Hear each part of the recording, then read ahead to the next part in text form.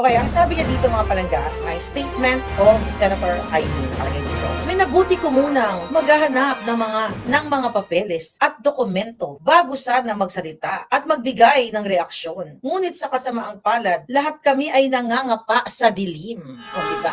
Nangangapa daw siya sa dilim, mga palangga. Tama ba ito? Maniniwala pa ba kayo sa isang Aimee Marcos na kung saan alam niyang addictus benedictus ang kanyang kapatid, pero tahimik pa rin siya at wala siyang ginawa kung hindi magtakip, magbudol ng magbudol? Bakit na sinasabi itong wala siyang makitang mga dokumento? Anong ibig sabihin niya na wala siyang makitang dokumento, mga palangga? Nasa kapangyarihan siya, nasa Senado siya, meron siyang access sa mga documents na ito. So ito ay mga kasinungalingan at mga drama-rama. O, sabi niya dito, walang mga detalye o paliwanag, ni walang konkretong numero. Ang tanging hawak ko ay ilang datos ng DSWD na talagang nilapastanganan. Wala siyang hawak na datos, DSW lang daw chuchu-chuchu, mga palangga. Magpapaniwala pa ba kayo dito? Magpapaniwala pa ba tayo dito sa pambubudol ni Aimee Marcos? Sinasabi niyang wala siyang detalye, na nangangapasa sa dilim. Wala siyang konkretong impormasyon. Hindi ba bilang senador, paulit-ulit natin ito sinasabi, meron siya dapat kakayahan. Meron siyang access sa mga deliberation eklabos na yung mga dokumento doon lahat, meron siya noon. So kaya nga ang title natin, Hiyaw sa Dilim. Ang title natin kay Aimee Marcos, ang sa pelikulang Hiyaw sa Dilim. Suntok sa buwan na wala namang patutunguhan. Nagtatakip, kunyari, concerned sa inyo, pero hindi yan ang totoo. Ano sinasabi niyang wala siyang detalye? Kung totoong may malasakit siya, di ba? Kung totoong mahal niya kayo, mahal niya ang taong bayan, dapat, bago siya nagsulat dito, iginigiit niya, inaano niya yung, ini-insist niya na, kailangan ko, tignan ko muna yan. Although, yun nga, hindi daw siya pumirma, di ba? Wala ba siyang capacity as a senator para kunin itong mga itong mga dokumento na ito, itong mga datos sa eklabush na ito? Puro pagtatakip, puro kasinungalingan. Sabi niya, ganun pa man, sinisiguro ko sa taong bayan na hindi ako pumirma sa kahit anong papel hinggil sa budget ng 2025 o sa BICAM report na yan na nagsusulong ang magbawas ng pera sa mga lehitimong proyekto para lamang dito sa AKAP na tinutulungan ko na. Paano naman ako pipirma sa blankot kulang-kulang na papel, di ba? So yung mga drama, di ba, yun ang palusot. Hindi naman pumirma si Aimee Marcos dyan. So wala siya, labas siya dyan. Strategy niya yan. Tactic niya yan na hindi niya nilagay yung pirma niya, di ba? Para kunwari, labas ako dyan sa kontrobersya na yan, yung national budget na yan, di ba? Wala akong kinalaman dyan. Kasi hindi naman ako pumirma eh. Hindi ba dapat, bilang isang senador, susuriin mo lahat. Hindi ka man pumirma, bago ka sanang, dapat kang pumirma, pero dapat susuriin mo at mayroon ka dapat na boses na eto, hindi po pwede yan, di ba? Hindi po pwede yan. So, hindi ako bumirma dyan eh. Tawag din sa Tagalog, iwas pusoy. Iwas pusoy ako dyan. Kaya, di ba, inaatake yung PhilHealth, budget, yung AKAP, yung ayuda nila and everything. So, doon mo makikita mga palangga, ito ay drama-rama lamang. Pelikulang hindi tatabo sa takilya. Ano sabi niya? Nananawagan ako sa aking kapatid, ang ating mahal na Pangulong Bongbong Bangag. Kung mahina ang aking boses mag-isa, ngayon nawa ay marinig mo ang sama-samang sumamo ng taong bayan. Sama-samang tumamo sa taong bayan. Bakit ka pa mananawagan? Bakit ka pa mananawagan sa kapatid mo? Sige nga palangga. Bakit niya kailangan manawagan, mag-post sa social media, sa media? Hindi ba kapatid niya yan? Bakit niya ito kailangan pang ipadaan sa mga interview? Hindi ba dapat kausapin niya, hoy, addictus kong kapatid. Ito.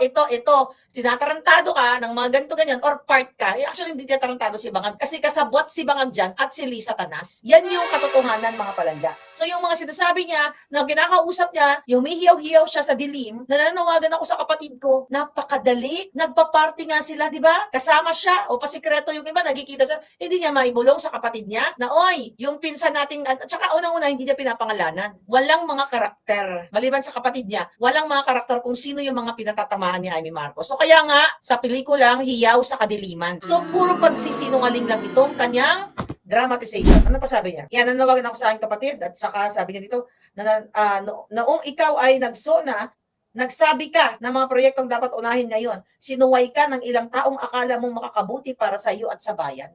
May mga ganon. Very emotional drama.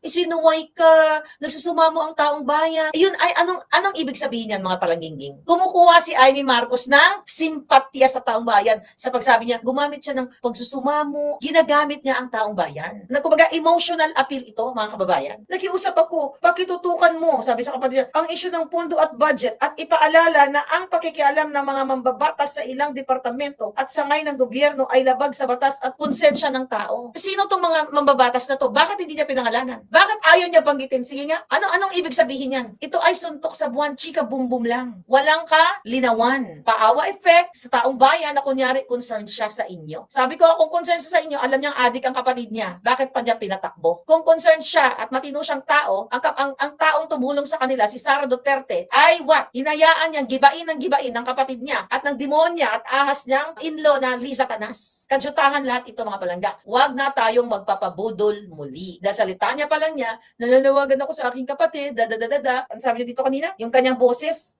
wala daw siyang boses. Ano ba yung sinabi niya dito? Basta yung mga ganon.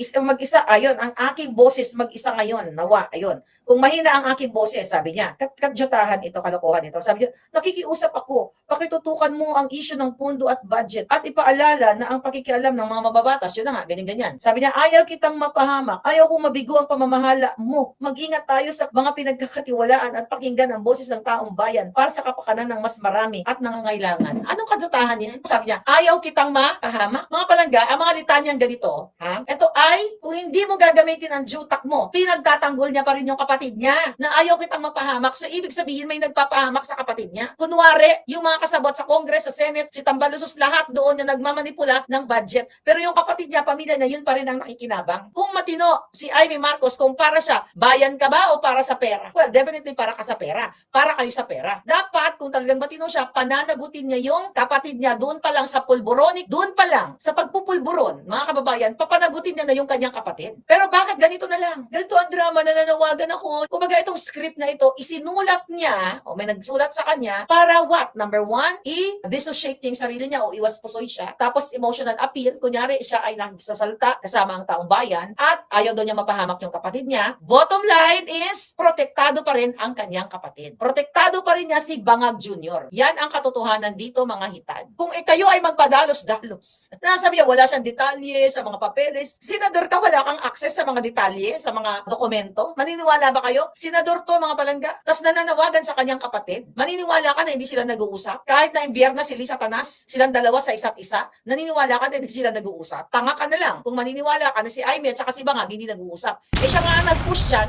na maging presidente yung kanyang kapatid na Bangag. Addictus Benedictus, kung mahal ni Amy Marcos ang bayan, dapat noon pa lang hindi niya na pinatakbo. Meron pa siyang pasabi-sabi noon na doon kaya sa GIL ba yun? Naku, Panginoon, hipuin niyo po ang kaulo, utak ba, o pototoy, whatever. Yung kapatid ko, sabi niya, hipuin niyo po dahil napapaligiran siya ng demonyo. Noon yun yung pinag-iinitan nila si Sara, di ba? Pinagtatanggol pa kunyari ni Amy Marcos si Sara. Pero ano ngayon? Puro pagtatakip sa pagnanakaw, smuggling, kidnapping. Kaya wala nang mahita ang taong bayan dito sa pamilyang ito. Ang kanyang estilo, ang kanilang strategy ay old tactics ng mga korap, ng mga kawatan. Kaya yung mga eksena niya, kanyang pa-speech ba? Wala ito. Ano, takot siya kay Liza Tanas? Baka yung pag nagsalita siya, hindi siya suportahan o hindi siya bigyan ng pondo during the election? At kung papangalanan niya itong mga kongresista, yung pinsan niya, ganun ba kaduwag si Amy Marcos? Wala, puro pasakali. Ay, ano ba yan? Apulagkay. Iwan ko ba dyan? Naku, wala akong kopya. Eklabush. Kung gusto niya magkaroon ng kopya, magkakaroon siya. Senador siya. Kapatid pa siya ng presidenteng Bangag. So magkakaroon siya ng access. Kaya huwag kayong magpa-bola. Puro kabudulan to. Puro pangbobola lang ang mga sinasabi ni Amy Marcos na wala siyang access. Tandaan niyo yan, palangga.